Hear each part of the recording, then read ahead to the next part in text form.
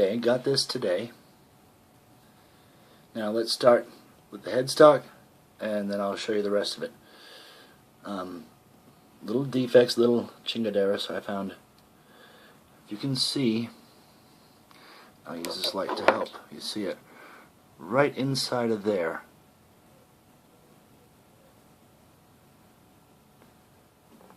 The paint's missing inside of there.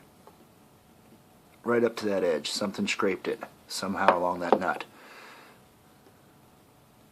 So, be that as it may, as I looked at the truss rod cover around the edges, see, it's very rough. It's misshaped a little bit here too. A little higher here, a little lower here. I'm going to take this off. Even around the edges you can see, looks like somebody cut it with a jigsaw. So I'm going to remove this, sand this real easy around the edges, and reshape the bottom. I'll put some black magic marker in there and some clear fingernail polish and put this back. You'll never notice. That'll be gorgeous. Everything lines up.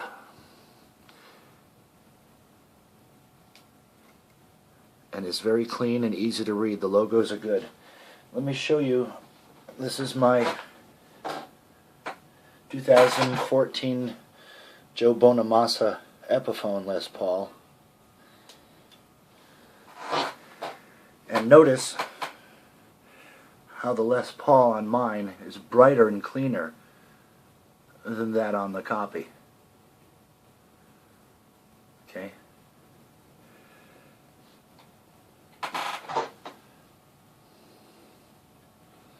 Also, it should have Grovers on it. And these are gold Grovers. This is a custom job. I'm going to do a real quick explanation of this. This is a 2014 Joe Bonamassa Mystic Blue with gold. $1,150, brand new Epiphone Les Paul custom, 2,500 of them made. They were for sale in Musician's Friend for $750 while they had them, and then somebody put the gold on it, even if they got it at a sale price. After they put the gold hardware on and the gold Grovers, they are still in $1,100-1,200 with a case. A friend of mine sent me that for Christmas a few years ago. He still turned out to be a putz, but I love the guitar. So back to this. So the one defect inside of here is that paint's missing.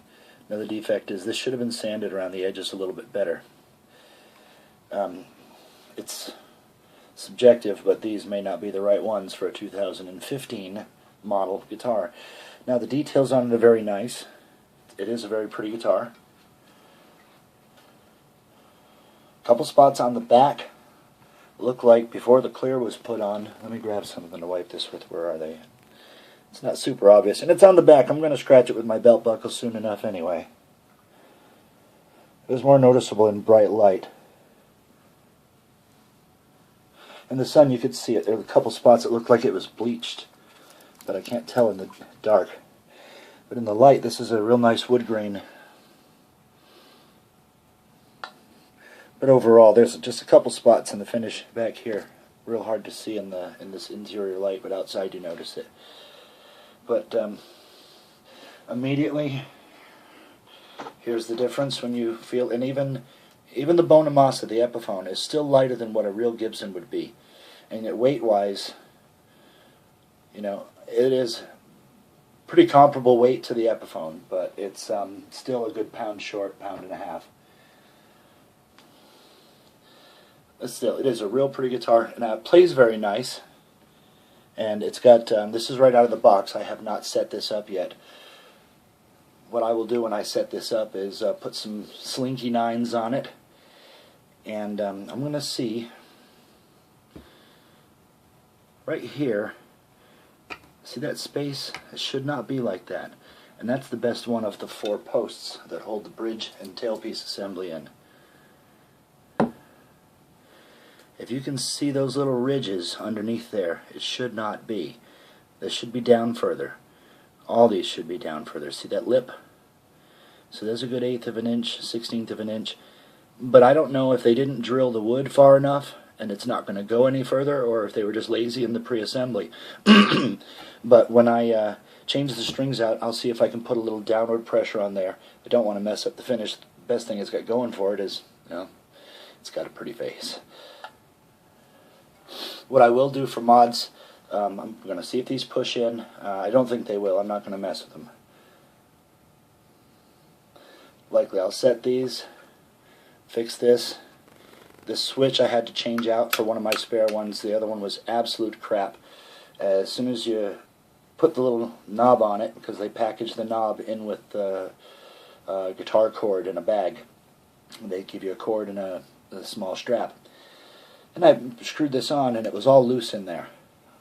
And I went to tighten it, and I took the back off. And this is another thing. If you can see the screws on here, see how cattywampus they are. They should be nice and flush and straight.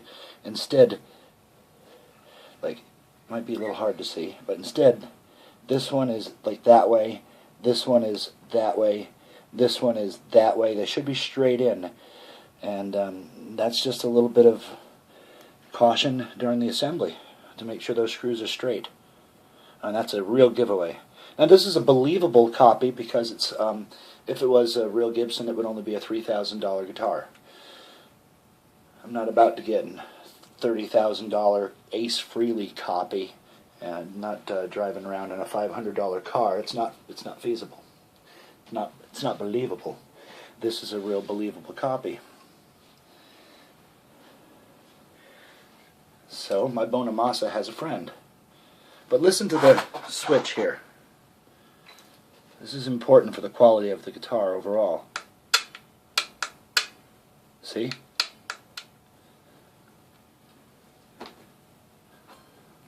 Listen to this one.